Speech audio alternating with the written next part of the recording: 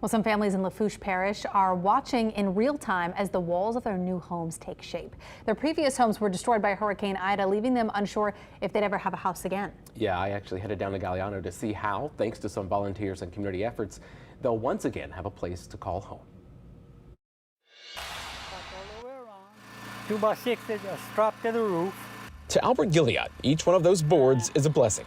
You see it going up, you know it's for you, but it doesn't seem like it's possible.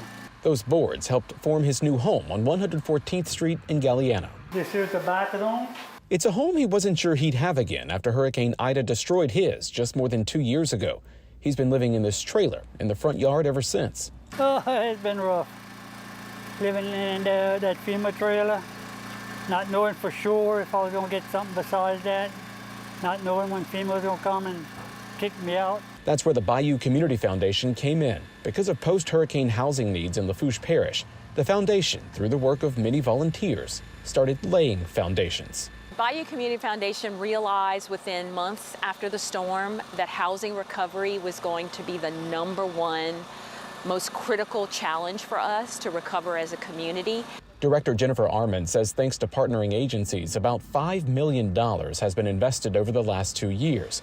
Another $2.3 million is going to projects in South Lafourche and Grand Isle. We are doing our best to get them back home into a safe, sanitary living condition. More than 100 homes are getting much-needed repairs. 25 homes, like Gilliott's, are being built from the ground up. So is Yvette Roos's on 150th Street. It makes me want to cry. I walked in it one day and it's like it wasn't real. With her home destroyed by the storm, Roos and her family spent many nights in a camper before finally getting a FEMA trailer. Sometimes I still don't believe it, but it's happening. I see it every day.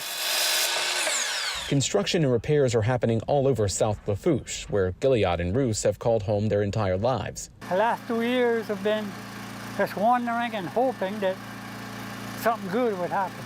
Beyond their new front doors, there is still a need. 2 years after Hurricane Ida, we're still seeing hundreds, if not thousands, of families still struggling to rebuild, to make repairs. While it's been a long 2 years of worry and many sleepless nights, Gilliott and Roos are thankful to have a place to call home and rest easy. The Bayou Community Foundation plans to have its first official home dedication January 18th. More than 100 families applied to be part of the foundation's rebuilding programs.